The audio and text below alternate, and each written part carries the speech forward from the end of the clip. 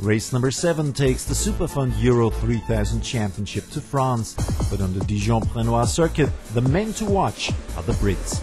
Alex Lloyd is the man on pole position for the second time in a row, and he has a marvelous start, leaving Nicky Pastorelli and teammate Johnny Reed behind, while championship leader Fabrizio Del Monte in the blue GP racing car moves up 2 notches when the red lights go out and very soon sits behind Alex Lloyd on the opening lap. So it's Lloyd, Del Monte, Reed, Pastorelli, followed by Auinger and Hodenk. Lloyd pushes from the very beginning, and in the early stages there is a lot of wheel-to-wheel fighting. Bernhard Auinger has to work very hard to keep the youngest man in the field, Maxime Hodenk, behind, and succeeds. But only 2 corners later, when Norbert Siedler of ADM Racing tries to pass the Belgian, things get critical. Siedler moves to the outside. Hodenk is unwilling to give the Austrian any room, and they crash.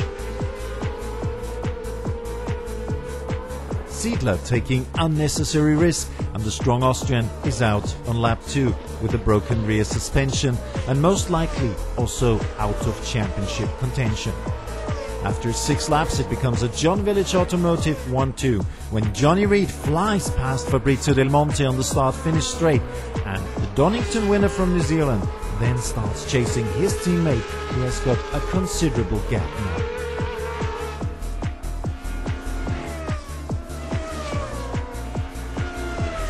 Nicky Pastorelli cannot move up into the top 3 positions, but since every point is vital for the championship, the Dutchman must make sure he does not lose too much over Del Monte.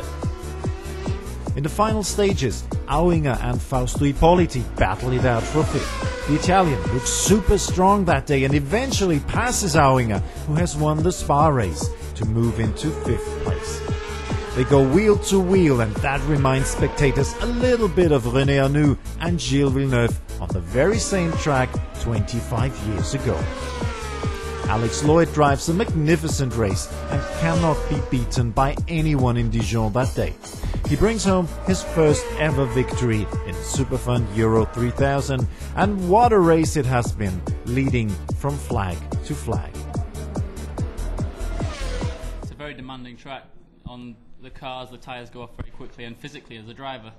So I had the plan, and that was if I can get in the first corner, then I've just got to get my head down.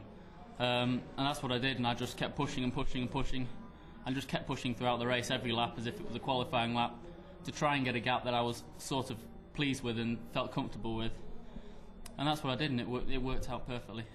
Couldn't have asked for anything more. The top 3 in Dijon: Lloyd, Reed and Del Monte.